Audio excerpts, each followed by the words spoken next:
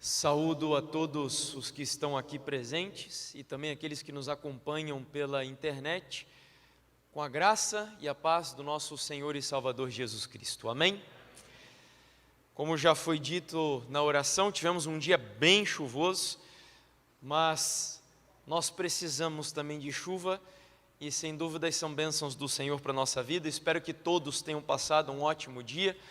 Nós passamos um dia muito bom na companhia dos amigos queridos que estão nos hospedando, o Cláudio e a Cláudia e o Edson, e agradeço a Deus pelo privilégio de estarmos aqui passando por esse tempo, conhecendo-os melhor e conhecendo também a outros amigos da igreja. Tem sido um prazer. Hoje é a nossa penúltima noite e amanhã será a conclusão dessa nossa mini semana de oração, se assim o Senhor permitir. O tema de amanhã, como eu já disse, será cristãos comuns e ordinários, e é um assunto sensacional. Eu convido você para estar aqui amanhã à noite para a conclusão dessa mini semana. Eu tenho certeza que você não vai se arrepender, porque é um tema muito abençoado, que tem feito a diferença na minha vida, na vida da minha esposa, e eu creio que fará na sua também. Essa semana nós demos um título a ela, que se chama Como Viver Enquanto Jesus Não Vem. E a cada dia nós estudamos um pouquinho sobre alguns desafios que fazem parte do nosso contexto contemporâneo como cristãos. No primeiro dia falamos de vários assuntos, naquela carta que Deus enviou ao profeta Jeremias, ou através de Jeremias, ao seu povo na Babilônia. Nós vimos que ali tinha uma série de orientações que Deus deu para o seu povo viver na terra do seu cativeiro. À tarde, no sábado, nós falamos um pouco sobre o Deus desconhecido, e trouxemos aqui uma série de desafios que também abarcam a igreja. São desafios para nós como cristãos nesta geração do relativismo, da ausência do certo e do errado, e que tem diluído a personalidade de Deus. E concluímos que para viver nessa geração, nós precisamos ser fiéis à identidade do Senhor revelado na sua palavra. No domingo, falamos um pouco sobre o tema da liberdade, e ontem à noite, nós tratamos sobre o assunto do sofrimento. Hoje, nós vamos aqui abordar um tema que é também extremamente fundamental para os dias que vivemos, e eu creio que à medida que nos aproximamos do tempo do fim, este assunto se tornará ainda mais delicado. O tema é a autoridade e o poder da Bíblia, ou da Palavra de Deus. Então, antes de abrirmos as Escrituras, gostaria de convidá-los a fecharem os olhos, para mais uma vez orarmos e pedirmos o auxílio do Espírito Santo. Oremos. Bondoso e eterno Pai, nós te louvamos e agradecemos por mais um dia abençoado, pelos cuidados do Senhor ao longo desse dia. O Senhor nos deu condições para trabalhar, condições para nos locomovermos, colocou alimento na nossa casa, nos deu um lar para nos abrigarmos, o Senhor nos vestiu, o Senhor cuidou da nossa vida, Pai, de tal maneira que estamos aqui bem, saudáveis, confortáveis neste lugar, podendo louvar o Senhor, adorar o Teu nome, estudar a Tua palavra e sermos agora alimentados pelo pão da vida. Nós vamos abrir, Senhor, o Teu livro santo, e o tema de hoje é justamente sobre este livro que às vezes pode parecer até um livro comum, porque ele é feito de material comum, mas ele é sem dúvidas um livro muito além daquilo que é comum, porque este livro, eu creio, e nós veremos aqui hoje, ele é a palavra do Deus eterno e todo-poderoso, e eu creio que quando esse livro é aberto, quando este livro é pregado, se nós damos livre acesso e direção ao Espírito Santo, este livro é capaz de transformar a vida de cada um de nós. Por isso eu quero pedir ao Senhor, que o Senhor repreenda toda tentativa do mal e das trevas, de impedir a obra do Senhor aqui nessa noite, de tal maneira que o Teu Santo Espírito opere os Teus propósitos na vida de cada um de nós, em nome do Senhor Jesus. Que os anjos do Senhor estejam aqui, que a glória do Senhor se manifeste aqui nesse lugar, e que o Senhor Jesus ande pelos corredores dessa igreja, Pai, e que o nosso coração seja nesta noite a morada do Deus Espírito Santo. Essa é a minha e a nossa oração. Toma a minha vida em tuas mãos e me usa para a tua glória, em nome de Jesus. Amém, Pai. Abra então a sua Bíblia no livro de Gênesis, um texto bem conhecido, versículo 1, será o nosso texto introdutório. Gênesis, capítulo 3, versículo 1. Gênesis, capítulo 3, versículo 1. Diz assim o texto: Mas a serpente mais astuta que todos os animais selvagens que o Senhor Deus tinha feito, disse à mulher: É verdade que disse Deus? Ou é verdade que Deus disse: Não comam do fruto de nenhuma árvore do jardim? Eu vou ler em uma outra versão agora. É a versão que eu gosto de usar nos meus momentos devocionais, que é a Nova Versão Transformadora. Diz assim o texto: A serpente era o mais astuto de todos os animais selvagens que o Senhor Deus havia criado. Certa vez, ela perguntou à mulher: Deus realmente disse que vocês não devem comer do fruto de nenhuma das árvores do jardim? Nesse pequeno texto que nós acabamos de ler, está justamente a história que revela a entrada de todas as desgraças e desordens espirituais que dominam o mundo que eu e você estamos vivendo. É a história da entrada do pecado em um jardim. E aqui nós entendemos que a entrada do pecado, a origem do mal aqui nesse mundo, está estreitamente relacionada com uma mulher que foi induzida a duvidar da palavra de Deus. Então o pecado entra na história do mundo a partir de uma dúvida a respeito daquilo que Deus havia dito. Dúvidas sobre a palavra de Deus. Quando nós analisamos a história de maneira um pouquinho mais específica e detalhada, nós veremos que, em primeiro lugar, a serpente distorceu a palavra do Senhor, porque ela sugeriu que Deus teria dito algo que Deus não disse, embora fosse muito parecido com aquilo que Deus falou, mas não era o que Deus havia dito. No texto da Nova Almeida Atualizada, que foi a primeira leitura que eu fiz, a versão afirma o seguinte: é verdade que Deus disse? Veja que nas entrelinhas há o ceticismo, a dúvida está presente ali. Na Nova Versão Transformadora, o texto diz: Deus realmente disse? Quando a serpente notou que a dúvida foi lançada, que a confusão foi semeada na cabeça de Eva, depois de distorcer a palavra de Deus, ela vai negar a palavra de Deus, e esse é o caminho. Primeiro você distorce, primeiro você corrompe, primeiro você lança dúvidas e descréditos, para que em seguida você negue a autoridade da palavra e o poder da palavra. E ela nega a partir do momento em que ela diz que o homem e a mulher, se comessem do fruto, não morreriam. Ou seja, era uma declaração negativa, direta e categórica sobre algo que Deus havia afirmado. A partir desse momento, desde então, a dúvida, a desconfiança, a descrença e até mesmo a perseguição contra a palavra de Deus se tornou a realidade da história do mundo que nós estamos vivendo. De tal maneira que eu diria e me arriscaria a dizer que desde quando este livro foi organizado, nós o chamamos de maneira técnica no mundo da teologia de cânon sagrado.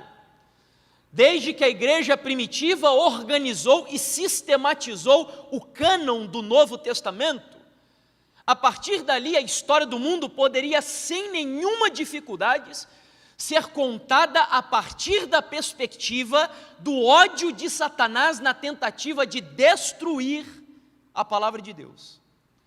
Eu poderia, por exemplo, voltar ao período do Império Romano, Diocleciano, ano 303 depois de Cristo. Ele emite um decreto onde ele determina a erradicação, a destruição, a morte de todos os cristãos que viviam no Império Romano. E além disso, ele também ordenou que todos os exemplares da Bíblia fossem queimados e exterminados do Império. Mas nós sabemos que a história prosseguiu, e por volta do ano 312, mais ou menos, Constantino se converteu ao cristianismo. Nós sabemos que foi uma conversão absolutamente interesseira por aquilo que nós encontramos na história. Mas aquilo que num primeiro momento poderia ser uma bênção para a história da igreja se tornou uma maldição. De acordo com alguns historiadores, por volta do ano 395 depois de Cristo, o imperador Teodósio, que agora já era cristão, decretou a fé cristã como religião oficial do Império Romano. E desde este momento, quando a igreja papal, a igreja romana, ela conseguiu alcançar a supremacia na cidade de Roma, ela proíbe o acesso das escrituras a todos aqueles que se convertiam ao cristianismo, dizendo que apenas o clero, apenas os cardeais, apenas os bispos, apenas o papa tinha capacidade de interpretar as escrituras sagradas e, aliás, que eram traduzidas apenas no latim. E o latim já era um idioma obsoleto, um idioma esquecido. O povo comum não entendia mais e não sabia mais, não conhecia mais o latim. Então eu sou levado a concluir que quando o diabo ele não consegue destruir, ou melhor, tentar destruir a igreja pela perseguição, ele tenta pela infiltração. E esta tem sido a estratégia dele ao longo da história. E na Idade Média, ao longo de mais de 1000 anos, ele senta nos bancos da igreja, ele entra na cátedra da igreja e ele anula a autoridade e o poder da Bíblia na história da igreja, pelo menos na sua maioria. Mas chegamos agora na época daquele período que estudamos domingo, a Revolução Francesa. E no período da Revolução, nada diferente, eles romperam com a visão católica medieval, mas de igual maneira, lá na França, os jacobinos, os revolucionários, ordenaram que todos os exemplares da Bíblia que existissem na França fossem queimados. Todos. Por fim, nós chegamos em nossa geração. E a pergunta seria, qual é a atitude das pessoas que vivem em nossa época sobre este livro sagrado? Será que hoje há uma disposição um pouco melhor a respeito da Bíblia Sagrada? Será que as pessoas hoje têm maior simpatia pela palavra de Deus? Nós vivemos em um país majoritariamente cristão, um país cujo cristianismo talvez abarque cerca de 80%, 85%, talvez até mais da população brasileira entre católicos e evangélicos. Mas eu já mostrei para vocês aqui nesta semana que, por exemplo, um dos maiores influenciadores digitais deste país tem uma atitude totalmente hostil à palavra do Senhor, dizendo que ele não precisa mais de um guia ou de um livro de regras divinas dizendo o que é certo e o que é errado, para que ele tenha o seu próprio valor de certo e errado. Mas eu confesso a vocês que isso não é o que mais me assusta. O que mais me assusta é saber que em minha geração e aqui no meu país, nós temos cantores gospel, cantores evangélicos e alguns até do nosso meio. Nós temos pastores e teólogos conhecidos, famosos, extremamente influentes no mundo cristão e alguns deles do nosso meio, volto a repetir, querendo diminuir a autoridade e o poder da Bíblia. É lógico que eles vão usar palavras mais suaves, e esta tem sido uma das estratégias mais exitosas do diabo. Quem nunca leu, aliás, o livro do George Orwell, chamado Revolução dos Bichos, e também 1984, ali ele fala um pouquinho sobre o poder da língua para influenciar as pessoas. Daí vem, abro um pequeno parênteses aqui, a tentativa de amenizar algumas coisas que a Bíblia chama de pecado, para tornar os pecados mais suaves na vida do ser humano. Por exemplo, enquanto a Bíblia chama de assassinato de crianças, eles chamam de interrupção da gravidez. Enquanto eles chamam de relacionamento aberto, a Bíblia chama de adultério. Enquanto eles chamam de poliamor, a Bíblia chama de poligamia. Então nós vemos claramente uma tentativa de suavização da linguagem para negar alguns absolutos da palavra de Deus, e no âmbito da autoridade da Bíblia não é diferente. Eles têm usado argumentos muito bonitos, sofisticados, dizendo que devemos estudar a Bíblia sob a perspectiva de Jesus como chave hermenêutica. Um outro que disse, eu já citei ao longo da semana, que a Bíblia não é a palavra de Deus, mas é a palavra de homens que andaram com Deus. Outros vão dizer que entre a Bíblia e Jesus, preferem ficar com Jesus, ou seja, toda uma retórica bonita para enganar você. Tanto é que eu trouxe aqui apenas 2 exemplos, e este é um pastor conhecido, que aliás tem sido compartilhado até os pensamentos dele, e as filosofias dele, e a teologia dele, por alguns entre nós. Um pastor conhecido lá de São Paulo, de uma igreja progressista, uma igreja que adota uma teologia completamente, usando uma palavra um pouco mais comum aqui do nosso meio, embora tecnicamente não seja a palavra mais correta, teologia liberal. E aí, em um determinado sermão que ele pregou há algum tempo, no ano de 2000, isso está disponível, inclusive, se não me engano, na internet, falando sobre a autoridade da Bíblia, ele disse: a ética bíblica reflete uma estrutura de sociedade daquele tempo, daquele mundo, daquela época. E não dá para a gente pegar um texto que foi escrito 4.000 anos antes, 3.000 anos, 2.000 anos, e trazer para hoje, aplicando literalmente o que esse texto está dizendo, sem perceber que nas suas linhas a Bíblia é insuficiente, pastor. Mas nas suas entrelinhas, agora vem a tentativa de melhorar o que foi dito, na revelação que traz a respeito do Cristo ressurreto. A Bíblia explode promovendo uma grande revolução, uma grande transformação no mundo. E agora vem a conclusão de fato. Então a gente precisa atualizar a Bíblia. E ele conclui o seu pensamento dizendo: não é possível tratar a Bíblia como um livro que revela verdades absolutas, porque nós não somos seguidores de um livro, nós somos seguidores de Jesus Cristo. Você percebe como o veneno da serpente, ele é extremamente sutil? Porque a pergunta aqui é muito simples: se não fosse a Bíblia, nós conheceríamos Jesus Cristo? Jamais. Uma página que eu já mencionei se autodeclara adventista do 7º dia, mas eles se apresentam como adventistas subversivos. Eu fiz uma pergunta para eles há algum tempo, depois de algumas publicações que eles fizeram, extremamente contrárias aos nossos princípios como adventistas. E eu enviei uma mensagem para eles perguntando: olha, sejam claros e diretos, vocês acreditam na primeira crença fundamental da Igreja Adventista do 7º dia? Ou seja, vocês creem na doutrina da inspiração, como a igreja ensina? E eles me deram essa resposta.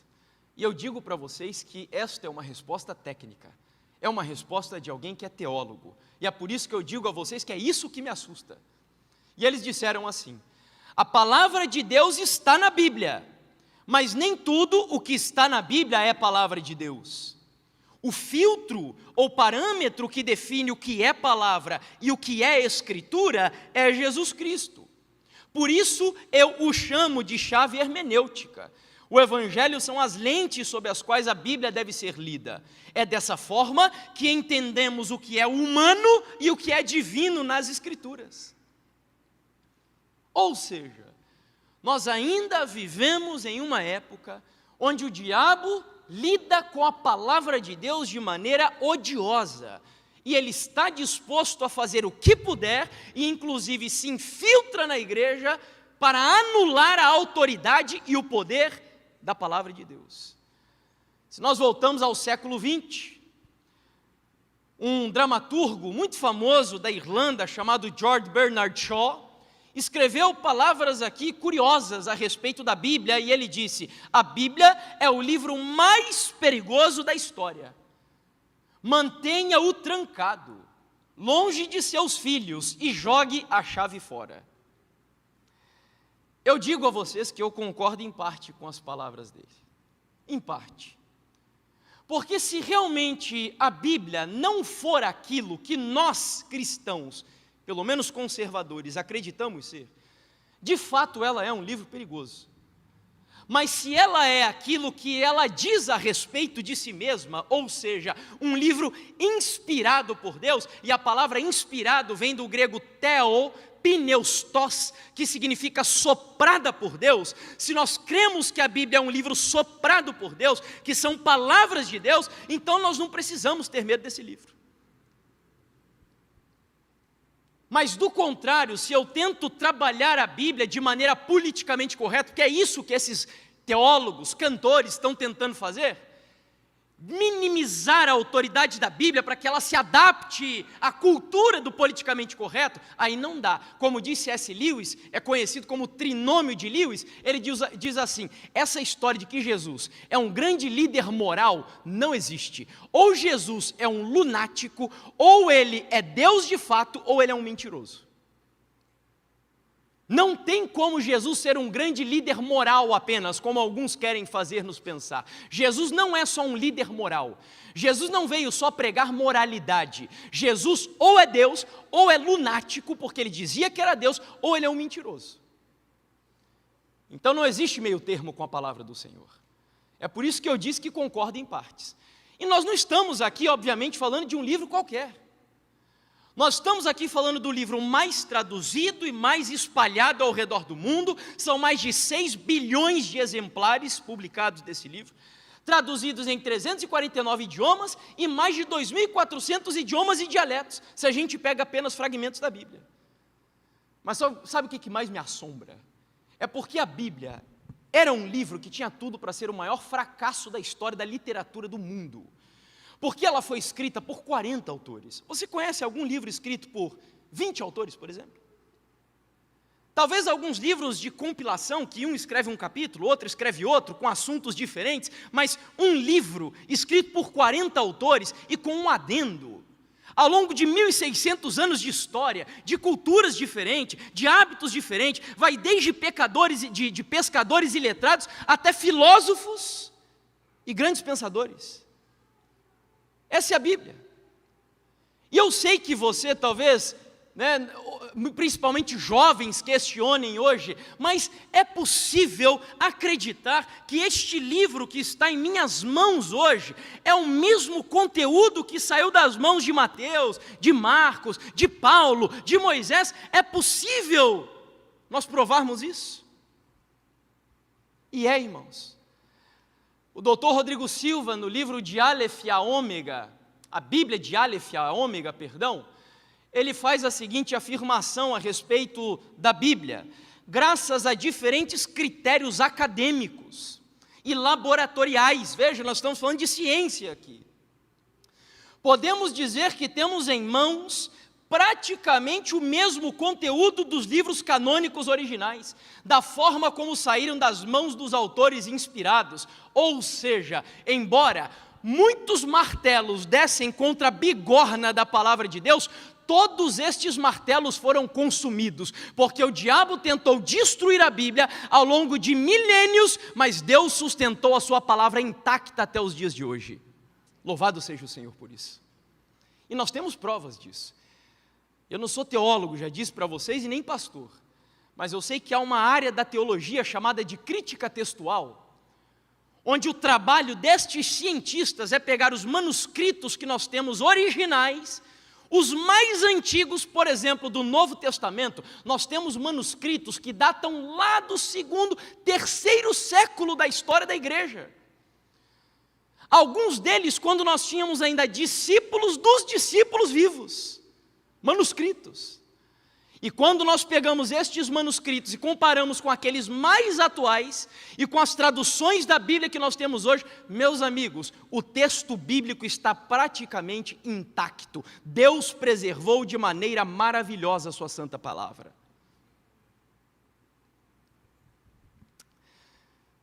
Eu sei que talvez alguns ainda estejam duvidosos sobre a quantidade de manuscritos, né? Mas será mesmo que é possível darmos tanta credibilidade assim? Você sabe qual é o segundo livro mais traduzido da literatura mundial? É a Ilíada de Homero. São 1757 cópias da Ilíada, o segundo livro mais traduzido. Sabe qual é, ou melhor, copiado? Sabe qual é o primeiro livro mais copiado do mundo? A Bíblia. Sabe quantas cópias nós temos da Bíblia? Mais de 40 mil cópias. Você vê a dimensão, a diferença? Deus, Ele permitiu que o seu texto fosse copiado ao longo de séculos da história, de anos, de décadas, copiado, de tal maneira que nós temos tantos manuscritos hoje, que é possível você comparar com aqueles de lá de trás, até os nossos dias, e nós vermos que Deus preservou sua santa palavra. Mas eu ainda quero dizer algo mais para vocês. A Bíblia é um livro tão espetacular, que ela não serve só para a vida espiritual. O mundo que você vive foi influenciado pela Bíblia. Sabia disso? Aqui, por exemplo, um estudioso, chamado Grady Davis, falando a respeito da influência da Bíblia no nosso mundo, ele diz assim: desde a invenção da imprensa, a Bíblia se tornou mais que a tradução de um livro antigo de literatura oriental. Ela não se parece com um livro estrangeiro e tem sido a fonte mais confiável, disponível e familiar, e árbitro dos ideais intelectuais, morais e espirituais do Ocidente, que é o mundo que você vive. Sabe esses movimentos hoje aí que acham que descobriram a roda, tipo Black Lives Matter? Eu sou negro, então eu tenho lugar de fala para falar desse movimento aqui. Sabe esses movimentos aí que parece que não, nós vamos lutar em prol da causa dos negros. Eles, na verdade, só estão surfando na onda que começou há muito tempo com quem? Eu disse no sábado de manhã para vocês, cristãos. John Wesley, William Wilberforce. Você sabia que no movimento adventista os pioneiros se engajaram, pioneiros da igreja, na causa do abolicionismo lá nos Estados Unidos? Sabia disso? Ellen White, inclusive, incentivou aos membros da igreja a fazerem desobediência civil, porque tinha uma lei nos Estados Unidos que foi promulgada, eu não lembro exatamente o ano agora, não sei se era 1895, não lembro bem, mas dizendo que todo escravo que fugisse, todo cidadão norte-americano era obrigado a pegá-lo e devolvê-lo para o Senhor. E Ellen White disse: não façam isso, não devolvam. Adventistas, cristãos, lutando pela causa dos direitos humanos, aqui no caso, étnica e racial. Então essa onda que muitos hoje, feminismo também, né? Tudo isso começou com a influência da Bíblia e de cristãos que levaram a Bíblia a sério, no mundo que eles viveram. Eu me apaixono por alguns pensadores que têm a habilidade de conseguir sintetizar verdades profundas em poucas palavras. E aí está essa frase de Victor Hugo, que é o autor de um livro de literatura famosíssimo, que é Os Miseráveis. E ele disse assim sobre a Inglaterra: a Inglaterra tem dois livros principais, Shakespeare e a Bíblia. A Inglaterra fez Shakespeare, mas a Bíblia fez a Inglaterra. Uau! Porque a Bíblia fez o seu mundo. A Bíblia fez o mundo que você vive. Nós não precisamos ter vergonha desse livro, ou achar que este livro é anticientífico, ou achar que ele é retrógrado, atrasado. Não, meus amigos, nós estamos com a palavra do Deus que criou esse mundo nas nossas mãos. Esse livro é um livro poderoso. Tanto é que um indiano, chamado Vishal Mangalwadi, como um indiano, criado naquela cultura, ele aderiu ao hinduísmo e começou a estudar nas universidades da Índia. Só que lá dentro ele começou a absorver um pouco das filosofias humanistas das universidades. E com o tempo ele resolveu viajar para a Suíça para estudar em um determinado local com um grupo de cristãos que moravam ali. Porque a intenção dele era conhecer também um pouco sobre o cristianismo. E lá na Suíça ele descobriu algo que Deus havia prometido para Abraão. Quando Deus diz assim que ele faria com que Abraão fosse o pai de uma grande nação e que todas as nações da terra seriam abençoadas através de Abraão. Lembra disso? Não era só os judeus. E ele lançou um desafio. Eu vou voltar para a Índia, eu vou estudar a fundo e eu quero descobrir se os cristãos que viveram no meu país abençoaram a minha nação. Porque o Deus de Abraão disse que pelos cristãos, todos os países do mundo seriam abençoados. Ele escreveu um livro. Não é muito fácil encontrar esse livro. Tem em português. Se chama O Livro que Fez o Seu Mundo, falando da Bíblia. É um livro excelente. E num dado trecho do livro, ele vai contar sobre a sua experiência na Índia, depois de voltar da Suíça. E ele diz assim: minha investigação sobre se Deus abençoou a Índia de fato, por intermédio da Bíblia, me conduziu a descobertas incríveis. Quais eram?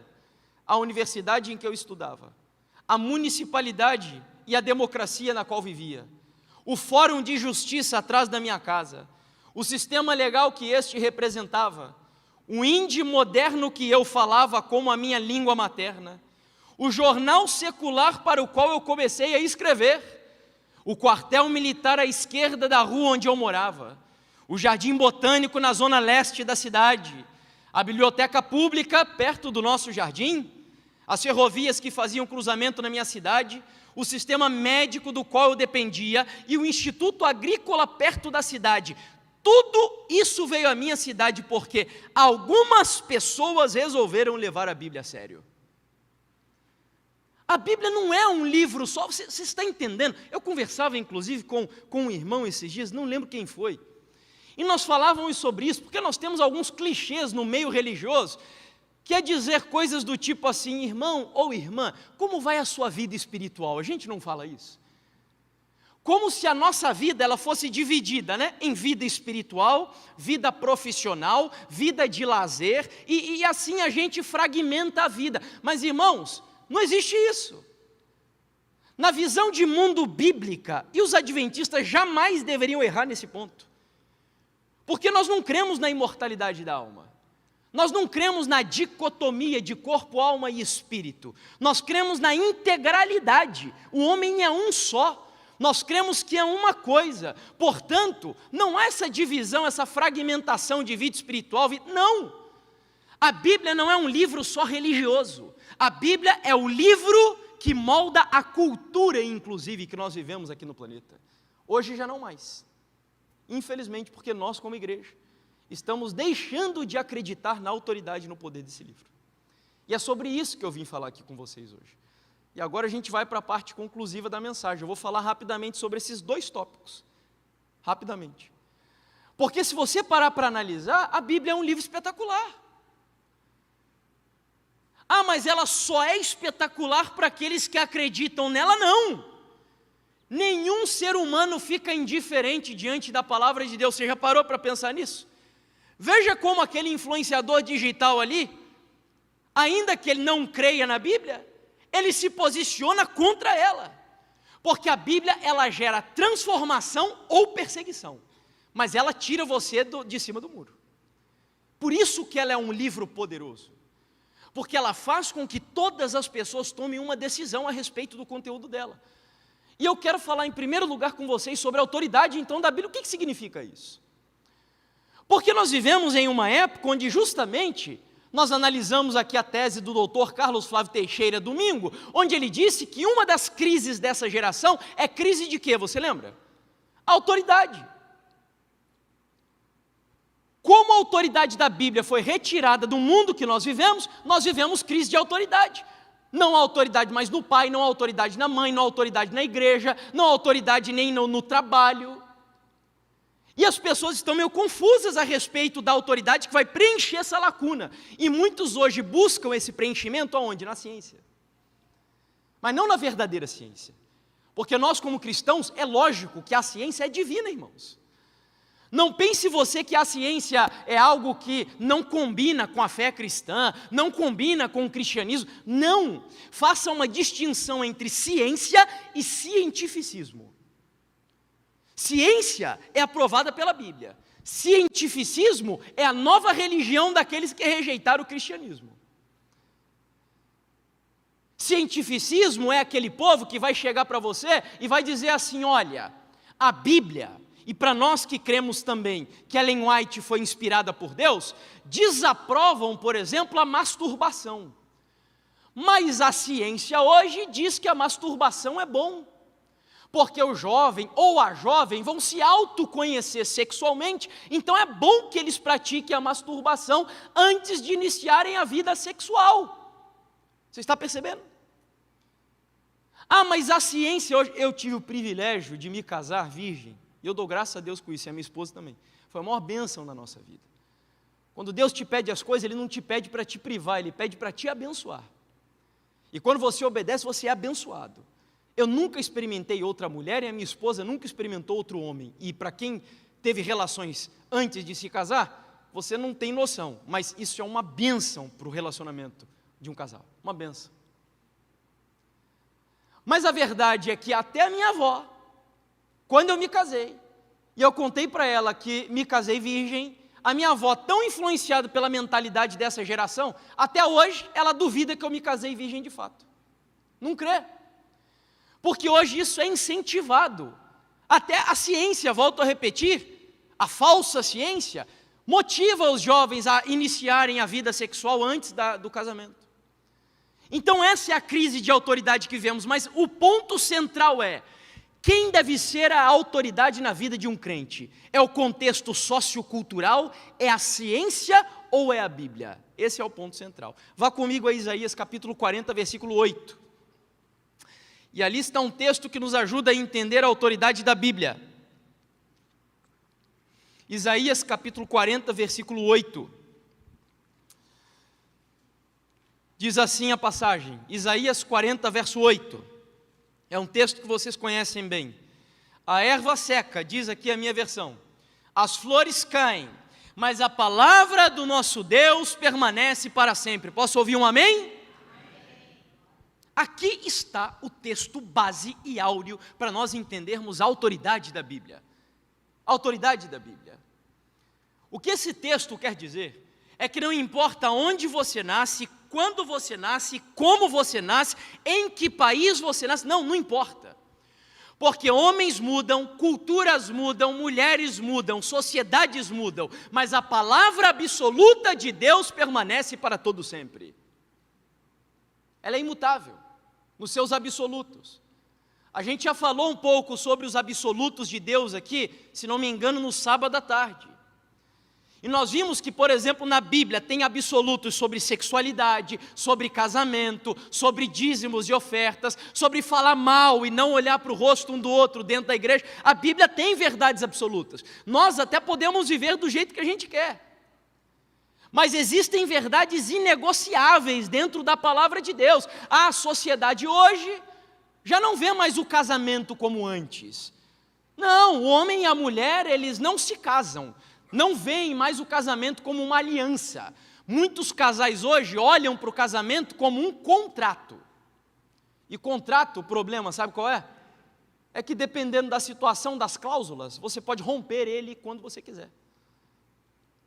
Você está entendendo a crise de autoridade, mas por que razão? Porque não olhamos mais para a palavra de Deus como ela de fato é.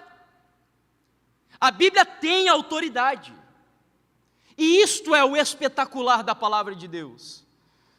O apóstolo Paulo, para você ter ideia, em Romanos capítulo 3, versos 1 até o 2, depois se você quiser conferir, ele compara a Bíblia com os oráculos de Deus. Você lembra desse texto? Na cultura que Paulo vivia, que era uma cultura greco-romana, oráculo, meus irmãos, era quase que um deus para eles. Eles jamais iam para uma guerra, por exemplo, sem consultar os oráculos. Porque eles criam que os oráculos tinham poder de prever o futuro e antever algumas situações. Quando Paulo compara a Bíblia com os oráculos de Deus, o que ele quer dizer é: este livro tem autoridade. Você quer saber o que comer e o que beber? Consulte a Bíblia. Você quer saber com quem casar e quanto tempo ficar casado? Consulte a Bíblia. Você quer saber como se portar no seu ambiente de trabalho? Consulte a Bíblia. É isso que Paulo está dizendo. Ela é o oráculo dos filhos de Deus. O oráculo. Aliás, quando o movimento protestante nasceu na história do mundo, e a gente tem que resgatar isso hoje, porque o protestantismo nasceu sobre a premissa básica de que a Bíblia é a palavra de Deus. E é o único livro que tem autoridade para determinar as doutrinas e a regra de fé e prática na nossa vida. O protestantismo nasceu assim. John Wycliffe, Lefebvre na França, Tyndale na Inglaterra, Olavo Petri na Suécia, Lutero na Alemanha. Estes homens deram a vida para tornar a Bíblia acessível para o povo, porque criam que a Bíblia é autoritativa no meio da igreja. Não padre, não papa, não ciência. Na igreja não, a ciência tem voz, mas na igreja, em primeiro lugar, é a palavra. Não pastor, é a palavra de Deus. Ela é o centro de tudo. Lutero, ele levava isso tão a sério, que vejam o que Lutero disse: isso é perfeitamente cabível para a nossa geração. Porque Lutero vai dizer: qualquer ensinamento que não se enquadre nas Escrituras deve ser rejeitado, mesmo que faça chover milagres todos os dias. O que Lutero está querendo dizer ali é: creia na Bíblia acima de todas as coisas. Creia na Bíblia. Creia nesse livro. Eu li certa vez uma frase, eu não lembro se é de Ellen White, mas ela diz que nós chegaríamos em um momento da história onde nós teríamos que lutar contra aquilo que os nossos próprios olhos estão vendo. Você vai ver milagre, você pode ver curas, você pode ver até as pessoas vivendo às vezes de maneira feliz, embora isso seja passageiro, mas acima de tudo creia na palavra de Deus, na autoridade dela acima de todas as coisas. Ah, mas aí eu sei que tem os nossos amigos evangélicos, e muitos deles nos acusam de seita, não é assim? Muitos dizem que os adventistas do sétimo dia são uma seita, justamente porque na visão deles, nós não cremos na autoridade absoluta da Bíblia. Nós temos uma profeta entre nós, e nós cremos que a palavra final na igreja é desta profeta chamada Ellen White. Pergunto, Ellen White é a palavra final na igreja adventista em matéria de fé e doutrina? É? O pastor está aqui, pastor Fanuel está ali também. Nós não cremos nisso. Nós cremos que ela é profeta? Sim, acreditamos. Mas nós não cremos que ela é uma profeta canônica. Nós não cremos, embora acreditemos que ela tem o mesmo espírito que inspirou os profetas da Bíblia, mas a Bíblia é inclusive o livro único que nós usamos para julgar aquilo que Ellen White escreveu. Por isso ela tem a palavra final. E a própria Ellen White, é isso que é maravilhoso nos escritos dela, que diferente de Joseph Smith, que é o profeta de uma outra denominação, que tira as pessoas da Bíblia para um outro livro, olha só o que Ellen White vai dizer: há em nosso tempo um vasto afastamento das doutrinas e dos preceitos bíblicos. Parece que ele escreveu para hoje isso. E há necessidade de uma volta ao grande princípio protestante. Qual é, irmão White, o grande princípio protestante? A Bíblia, e a Bíblia só como regra de fé e prática. Então a Bíblia é um livro normativo, a Bíblia é um livro autoritativo, a Bíblia ela tem direito e tem autoridade para arrumar o seu guarda-roupa, para organizar a sua geladeira, para determinar o que você assiste e não assiste na sua TV e no seu celular. A Bíblia tem autoridade para determinar com quem você deve se casar, namorar ou noivar. A Bíblia tem autoridade de doutrina e prática, estilo de vida na vida de um cristão. Isso é a Bíblia em sua sublime autoridade na vida de um cristão. Então por aqui falamos de autoridade da Bíblia. Nós precisaríamos talvez falar mais ainda, mas eu quero apenas introduzir o tópico. Vamos ao segundo, que eu falei que é o poder, e esse é o último. E esse eu gostaria, olha, é um tema que eu revisitei esses dias, porque ele é espetacular. Nós temos que voltar a falar do poder da Bíblia na nossa geração. Porque esse livro, se olhando assim, parece até que é um livro comum. Do que ele é feito? Papel e tinta, não é? Papel e tinta. Como todos os outros livros que estão aí mundo afora. Então, quando eu olho para a Bíblia, a impressão que dá é um livro comum, mas não é. Nós temos que resgatar no nosso meio a verdade absoluta de que há poder que emana das páginas desse livro. Poder. Abra aí a sua Bíblia no livro de Salmos, capítulo 33. Salmos, capítulo 33. E leia comigo os versículos 8 até o 9. Salmos, capítulo 33, versos 8 até o 9. Segura só um pouquinho. Estamos quase lá. Salmos, capítulo 33, versos 8 e 9. Diz assim: que toda a terra tema o Senhor, que tremam todos os habitantes do mundo, pois Ele falou e tudo se fez, Ele ordenou e tudo passou a existir. Quando nós falamos de poder da palavra de Deus, nós precisamos voltar à criação. Porque foi na criação onde Deus, pela primeira vez, foi o primeiro ato de Deus na história do mundo, do nosso planeta, onde Ele revela o poder da sua palavra. Quando ainda não tinha Bíblia, quando ainda não tinham manuscritos, o primeiro ato de Deus em revelar o poder da sua palavra foi ao criar as coisas. Sabe como que Deus te fez? Ou melhor, sabe como que Deus te deu vida? Sabe como Deus deu vida para você? Deus fez isso daqui, ó. Porque há poder na palavra de Deus. Há poder na palavra de Deus. Há um poder intrínseco que é inexplicável, e para isso nós precisamos de fé, mas há poder. Eu asseguro para você que há poder na palavra de Deus. A diferença da palavra de Deus para a minha palavra, por exemplo, é que quando eu fiz uma promessa de casamento para minha esposa há alguns anos, não bastava eu dizer a ela: Bruna, eu estou te pedindo em casamento. Não, eu tinha que agir para aquela palavra se cumprir. Então nós tivemos que alugar um lugar, um espaço. Nós tivemos que, ela reservou lá um vestido, eu um terno, contratamos um serviço de docinho, salgadinho, buffet e tal. Então a gente teve que agir. Eu tinha a palavra, vamos casar, mas eu tive que agir para a palavra se cumprir. Com Deus não precisa. Deus, Ele não precisa mexer um dedo para que a sua palavra se torne real. Deus só precisa dizer: haja luz, e a luz acontece. Porque há poder intrínseco à palavra de Deus. É por isso que a Bíblia vai dizer, por exemplo, que a palavra de Deus ela é viva e eficaz. Tem vida na palavra do Senhor. Você entende? Eu acho que a gente não consegue entender a profundidade disso, mas tem vida na palavra de Deus. Davi entendeu isso de maneira tão clara e categórica, um dos piores pecadores da Bíblia, assassino, mentiroso, adúltero e etc.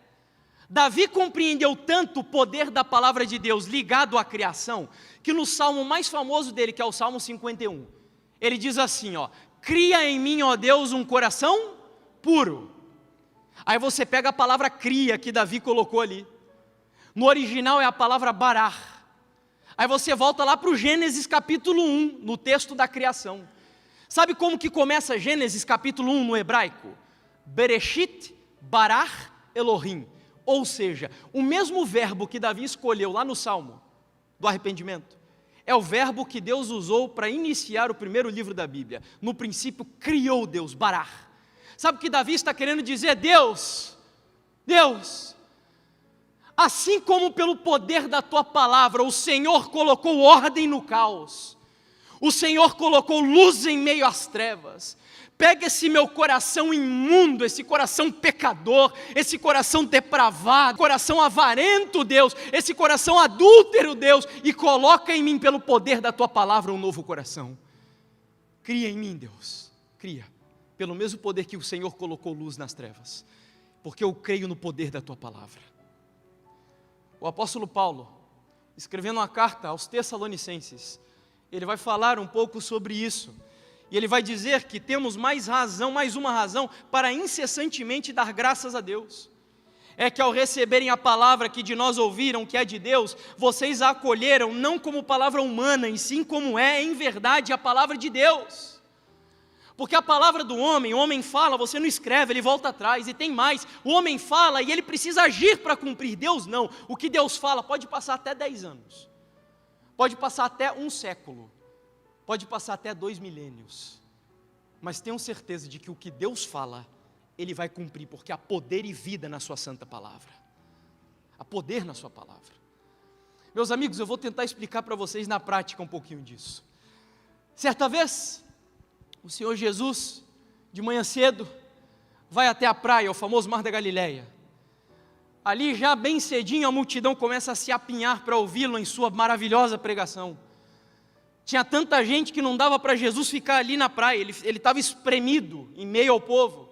Ele olha e tem 2 barcos, entra em um dos barcos, diz para Pedro afastar um pouquinho o outro barco, o barco se torna um púlpito e a multidão o auditório. Jesus começa a pregar. A multidão fica encantada com as palavras de Jesus, até que chega um momento, Jesus olha para Pedro e diz assim: Pedro, lança a tua rede. Aí Pedro olha para Jesus, eu imagino, né, esse homem tão inconstante, talvez não externou isso, mas é possível que tenha pensado isso, e ele olha para Jesus e: Senhor, o Senhor manja de pregar, o Senhor é bom pregando, mas de pesca que eu entendo, e eu sei que aqui nessa região, o melhor horário para pescar é à noite, Senhor, e a gente passou a noite inteira pescando e não aconteceu nada, mas, aí vem a conjunção adversativa, mas, sob a tua palavra, eu lançarei as redes, porque Pedro acreditava no poder da palavra de Deus. Esse homem tão inconstante, que às vezes, né, fazia declarações lá do pináculo da fé, e muitas vezes também caía no mais profundo abismo do ceticismo, esse homem naquele momento esboçou fé no poder da palavra de Deus, e não pense que Jesus por acaso viu um cardume passando ali, não, irmãos, não tinha peixe, mas quando Jesus disse, joga as redes, a palavra dele é tão poderosa que começou a brotar peixe ali do nada, porque há poder na palavra de Deus. Esse mesmo Jesus certa vez desceu do Monte das Bem-aventuranças, e a Bíblia diz que tinha um leproso ali, no meio da multidão, e este homem fazia anos que era escravo da lepra. Ele olha para Jesus, e ele diz assim, Senhor Jesus, eu estou falando baixinho aqui, mas eu acho que ele deu um grito, porque tinha uma multidão seguindo ele, Senhor Jesus, se tu queres, me torne limpo. Jesus foi tocado por aquele apelo, ele volta para esse homem, com os olhares compassivos, ele toca nesse homem, e com uma palavra ele diz, eu quero ser limpo. Quando Jesus encerra a oração, esse homem ficou limpo da lepra, porque há poder na palavra de Deus. E a última história que eu conto a vocês, é um episódio que eu lembro que quando eu era coroinha da igreja católica, todas as missas, nós falávamos um trecho dessa história, a história do centurião romano que acreditava em Jesus de alguma forma, mesmo vivendo uma fé ou uma vida distinta daquela que era a vida do povo judeu, mas ele tinha ouvido falar da fama de Jesus, dos milagres de Jesus, de quão maravilhoso era Jesus, e ele vem lá de longe para se encontrar com Jesus Cristo, e ele diz, Senhor, o meu criado está morrendo, eu amo esse homem, cura ele, Senhor. Jesus olha mais uma vez, de maneira compassiva, amorosa, e ele diz, ok, vamos lá, eu vou curá-lo. Ele diz, não, Senhor, o Senhor não está entendendo, eu sou um homem que tem autoridade no império, eu sou um centurião, eu coordeno 100 soldados que estão abaixo de mim, e eu sou um homem que tem autoridade, eu mando e eles obedecem, eu digo não e eles não fazem, eu digo sim e eles têm que fazer, e eu creio que o Senhor tem autoridade. Então, o negócio é o seguinte, eu não sou digno que o Senhor entre em minha casa, mas o quê? Diz uma só palavra, uma só palavra. Jesus olha para aquele homem, irmãos, e ele simplesmente diz assim, nem Israel, eu vi uma fé tão poderosa como a desse homem, vai, porque a tua fé te salvou. Poder na palavra de Deus. Vocês querem viver uma vida plena com o Senhor? Vocês querem ver poder aqui para abalar essa cidade de Campo Grande? Vocês querem ver pessoas aos montões entrando aqui dentro desse tanque? Pessoas sendo compelidas pelo poder do Espírito Santo? Você quer ver o seu rosto brilhar com a glória de Deus, tal qual Moisés quando desceu do Monte Sinai? Você quer que no seu ambiente de trabalho as pessoas fiquem impressionadas por ver que você é uma pessoa diferente? que lá na faculdade, lá na escola, os seus amigos, eles sintam que você é uma pessoa diferente. Você deseja isso, ter fé para viver isso de maneira absoluta. Sabe do que você precisa? De acordo com a Bíblia, a fé vem pelo ouvir. E o ouvir pelo quê? Pela palavra de Deus. É pela palavra de Deus que nós somos santificados. De acordo com João 17:17, a Bíblia diz: Pai, santifica-os na verdade, porque a tua palavra é a verdade, irmãos. É pela palavra de Deus que nós somos guardados de pecar. Salmo 119 vai dizer: Pai, eu guardei a tua palavra no meu coração para não o quê? Pecar contra ti. É pela palavra de Deus que nós somos purificados, pela palavra de Deus que nós somos regenerados. É por isso que o diabo quer tirar a centralidade da palavra de Deus da sua vida, e muitas vezes até do púlpito da igreja, porque ele sabe que há poder na palavra, poder, e ele não quer que a gente compreenda e viva essa experiência da autoridade e do poder da palavra do Senhor. Mas se nós desejamos, acima de tudo, e eu creio que a gente tem buscado isso. Há tanto tempo eu ouço os adventistas falarem de uma tal de chuva serôdia, não é? Tanto tempo. Há tanto tempo nós aguardamos o cumprimento disso, talvez depois da vinda de Jesus, seja a promessa que a gente mais aguarda se cumprir. Mas ela só vai se cumprir quando o poder da palavra e a autoridade da palavra for o centro da nossa vida e o centro da igreja. Vocês lembram que algumas semanas, lá nos Estados Unidos, e eu vi vários adventistas assim até meio confusos sobre esse episódio. Irmão, aquilo foi ou não foi de Deus? Foi ou não foi um reavivamento? Vocês viram? Numa universidade lá nos Estados Unidos, né? Um culto que não acabava mais. E sabe como que esse culto começou? Não tinha nenhum cantor gospel famoso lá cantando, não. Não tinha nenhum pregador famoso lá na igreja pregando, não. Era um culto de quarta-feira. Tinha um pastor comum da igreja de lá mesmo, que abriu a palavra, o livro de Romanos capítulo 12. Ele começou a pregar esse livro, fechou o livro. Sabe o que aconteceu? A igreja foi infundida pelo Espírito Santo. Pessoas começaram a se arrepender dos seus pecados, confessar os pecados. Ele nem falava sobre os assuntos. Homossexuais que viviam na prática da homossexualidade viviam à frente. Pessoas que estavam cometendo atrocidades lá dentro, lá fazendo coisas erradas, desagradando a Deus, vivendo vícios com drogas, porque é uma universidade de jovens, né? Começaram a vir à frente, chorar em pranto, se arrepender dos pecados, buscando mudança de vida. Eu não sei se foi um reavivamento que aconteceu lá, porque reavivamento é algo que a gente só pode analisar depois de um tempo, porque o fruto de um reavivamento não acontece só dentro da igreja, ele impacta o mundo lá fora. Mas uma coisa eu posso afirmar, por aquilo que eu pude avaliar, lá houve pregação, houve oração, houve arrependimento e confissão de pecados. Então uma coisa eu creio, o Espírito Santo desceu naquele lugar.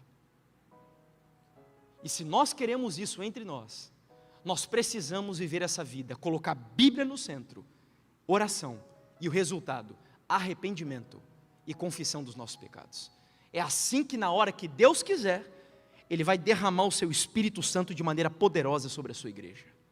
A gente só precisa preparar o caminho. Eu vou chamar o meu amigo Oliver para cantar agora, e eu queria lançar um desafio enquanto ele canta. Queria convidar você a ficar em pé, se você nesta noite assume o seguinte compromisso com o seu Deus, e o compromisso é o seguinte: você vai em nome de Jesus levantar um altar todos os dias na sua casa, para estudar a palavra e consagrar a sua família nos caminhos do Senhor, todos os dias, todos os dias. Eu não sei qual será o horário que você vai escolher. O ideal é de manhã, é o melhor horário. O ideal é que a gente fizesse de manhã e à noite, inclusive. Mas você vai, algum momento do seu dia, porque eu sei que às vezes tem pais ou mães que saem muito cedo de madrugada de casa, quando nem todo mundo está acordado, mas algum momento do seu dia, você vai erguer um altar na sua casa, para fazer um culto com a sua família, todos os dias, colocando a Bíblia como centro do seu lar, e resgatando dentro da sua casa, a autoridade e o poder da palavra de Deus. Meus irmãos, foi esse livro que mudou a minha vida, foi esse livro, porque eu lia esse livro tudo errado, distorcido, quando Deus nos levou lá para o deserto. E foi lá no deserto que Deus começou a mudar a minha vida. Eu não ia falar essa história. 2 minutos. O Oliver já vai cantar. A Bruna começou a me chamar a atenção. Porque depois de passar por todo aquele processo de sofrimento lá, eu comecei a ver a vida da minha esposa mudando. E aquilo me chamou a atenção. Eu vi a Bruna levantando de madrugada para orar. Eu vi a Bruna preparando estudos bíblicos, e antes a Bruna não fazia isso. E eu queria saber o que está acontecendo, que está mudando a vida da minha esposa. E ela estava participando das aulas de um peruano que estava lá, um adventista. E ele estava reunindo um grupo de jovens que estavam lá para trabalhar, para depois de 1 ano estudar. E eu não participava das aulas dele. E foi nas aulas dele que a Bruna começou a mudar. E aquilo me chamou tanto a atenção que eu decidi sair das aulas que eu participava para assistir a aula desse cara. Eu assisti 10 minutos de uma aula dele. Ele estava falando sobre o que é temer a Deus. Tema, inclusive, da nossa escola sabatina dessa semana. Assisti 10 minutos. Decidi ir no outro dia. Fiquei tão mexido com os 10 minutos que eu decidi, eu vou amanhã de novo. No dia seguinte ele ia falar sobre o tema que mudou a nossa vida. O que significa dar glórias a Deus? Meus amigos, o que aconteceu no trailer naquele dia, imagine 25, 30 jovens dentro de um trailer, ouvindo a aula. O que aconteceu naquele dia no final da aula, foi algo tão extraordinário, tão espetacular, que eu só vou poder terminar a história para vocês amanhã, tá bom? Ontem eu não fiz essa coisa, hoje eu tinha que fazer, né? E aí amanhã eu concluo a história. Eu falei para vocês que eu não ia falar a história do deserto, mas eu vou concluir amanhã. E vocês vão entender como de lá nós viemos parar na igreja de 27º sétimo dia. Mas o desafio está lançado, o Oliver vai cantar. Ele vai cantar sobre essa revolução do Espírito que nós aguardamos na igreja. E se você assume esse compromisso com Deus, de a partir de amanhã, levantar o altar na sua casa, de consagração do seu lar, sua esposa, seus filhos, sua família, estudando a Bíblia todos os dias, fique em pé e diga ao Senhor: Senhor, a autoridade e o poder da Bíblia voltarão a ser o fundamento do meu lar. Feche os seus olhos e vamos orar.